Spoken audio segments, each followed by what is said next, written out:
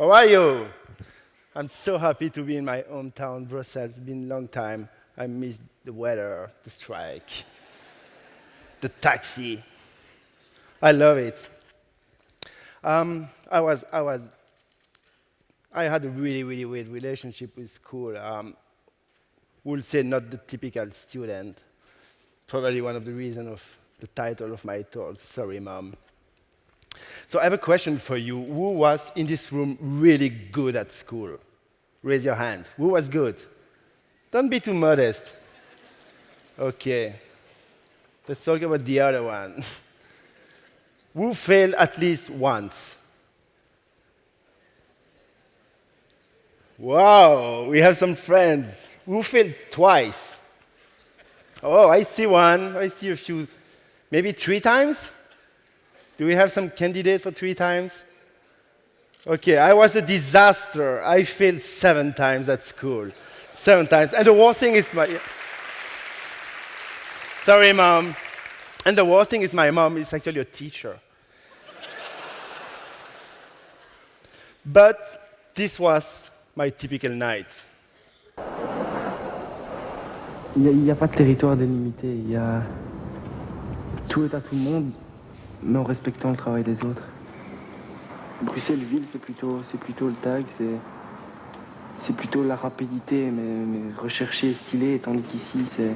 pour la lumière qui clignote. Des endroits comme ici, c'est plus calme, et puis on a un peu plus de temps. Oh, trust me, this is super embarrassing. I was 18, got this TV following us for a night. That was actually really my typical night. We did that every night. And you know, one thing about graffiti, I realized that afterward, that was my community. That was really strong. We were maybe crazy, maybe bad kids, but together we created. We were creative. We really explored the city as no one else. And the thing is, I got really passionate about this thing, but way too much. I was ambitious, and so I started to get some trouble. Got sued for 2 million. Not a good news for my mom. But still, let's say this crazy kid, she was supporting me, and the thing that happened is I was really bad at school and really good in graffiti, or at least really good in my ambition. But she was super stressed for the first time, really about my future. And, you know, that's not the good slide, but anyway, I can do it without any slides. So it was written community with a really stupid face when I was a kid. And so that was the thing. And because no future, I had no idea what to do next. And so one day in 1996, I woke up in my bedroom next to a computer. Remember that time when you had to go to the cyber cafe to check your emails? So we had a computer at home because my mom wanted to connect with people. She started to chat online, and she spent time in my bedroom next to me, talking with other people on this piece of technology. And I was painting, so I really hated this piece of metal. But the thing that really intrigued me is when my sister, my younger sister, also started to chat online, also started to make new friends, to build her own communities. I really had to understand what was internet about, and that was 1996. So naturally, I wanted to do graffiti on the internet.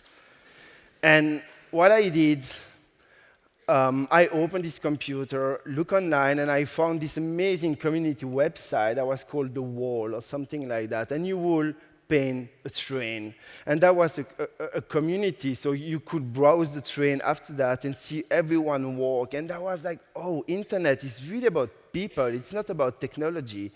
And I realized that, and I wanted to go further into technology, and I started to scan my graph and to build a personal website. And then ask for help in my really shit English. Started to understand how to HTML stuff and asking for these people. And I really found people really ready to help, while when I was at school, no one was willing to help. And I don't think I was looking for help anyway. So I built my website, and then one day, Yahoo selected it as a website of the day. It was 96. It was a big deal. Yahoo was a giant. And it totally changed my life because I got a job offer for a web designer in an agency here in Belgium. And so I took the job. I didn't read the contract. I just signed, came back home, told my mom. She started to cry. I was like, oh, I knew that I did something wrong. She was actually super happy, obviously. She was crying for joy. Finally, the kid did something legal. Wow.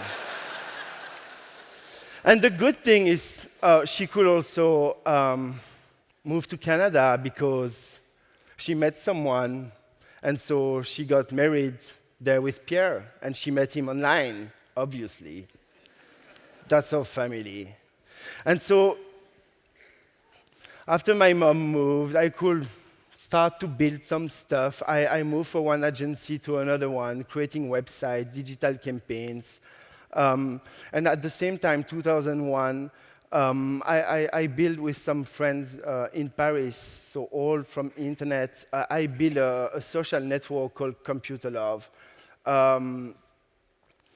It was before any social network, and that's not my point. My point was really naive. We built something together at night, and then we got this social network where creative people from all over the world could show their work, and it was amazing. But then I had to focus on my own agency to pay the bills. So after 15 years, I realized that I was lost in marketing, advertising, and its politics. And I needed to reconnect with people. I needed to build something that people will use every day. So I quit my agency,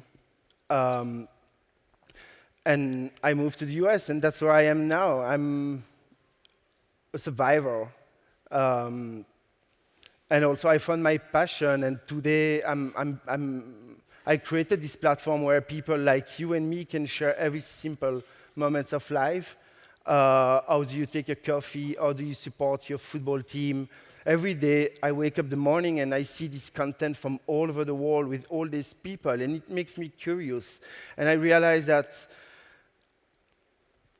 it's about smile. And smile are contagious. And that's what we see every day, smile. And I can hear today that we're scared of internet. And that makes me sad. I don't think we should be scared of internet. We should connect with people. We should engage. We should exchange ideas. This is really the point. At least for me, communities save my life. And I really believe that all together, with a few smiles, we can change the world. Thank you.